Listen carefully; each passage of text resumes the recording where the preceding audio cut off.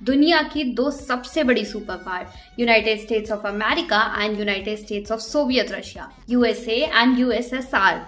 और एक गलती की वजह से पूरा वर्ल्ड एंड हो सकता है। ऐसा वॉर जिसमें कभी भी बुलेट नहीं चली, 1-to-1 वॉर कभी नहीं हुआ, पर पूरा वर्ल्ड उस टाइम टेंशन में रहता था। हाँ, मैं बात कर रही हूँ the cold war between USA and the Russia. World war second complete होने के बाद दो पावर्स एमर्ज आउट हुई। सबसे पहले United states of America and United states of Russia. और ये दोनों कभी भी डायरेक्ट फाइट में इन्वॉल्व ही नहीं हुए, बल्कि इनके बीच में जो टेंशन चलती थी उसको ही हमने कोल्ड वॉर का नाम दिया। इस कोल्ड वॉर में सिर्फ इन दोनों के बीच में रेस चलती थी किस किस चीज की, मिलिट्री इक्विपमेंट्स, कितने ज्यादा मिलिट्री इक्विपमेंट्स कौन सी कंट्री बनाएगी उसके ऊपर, किस कंट्री के पास ज्यादा पावर है, एज वेल एज पूरे दुनिया को हिला के रख दिया था। तो ग्लोबल इन्फ्लुएंस किस कंट्री का ज्यादा है उसके ऊपर। दोनों ही साइड्स यूएसए और यूएसएसआर के पास इतने मासिव न्यूक्लियर वेपन्स थे कि एक बार कोई अगर गलती कर देता तो पूरा वर्ल्ड खत्म हो सकता था। और ये दोनों ही ना कभी डायरेक्टली तो लड़ते नहीं थे, ये इनडायरेक्टली लड़ते थे, जो कि प्रॉक्सी वॉर कहलाया जाता था, जैसे कि वियतनाम और अफगानिस्तान। और सिर्फ अर्थ पे ही कम्पीट नहीं करते थे ये, इन स्पेस पे भी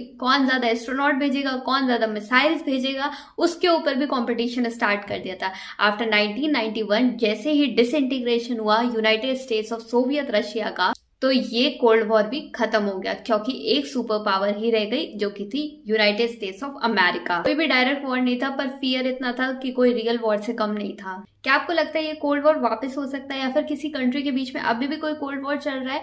let me know in the comment section. And that's all for this video. आपको मिलती हूँ अगली वीडियो में ऐसे ही नॉलेजेबल कंटेंट के साथ। Thank you for watching, please subscribe my channel and bye bye.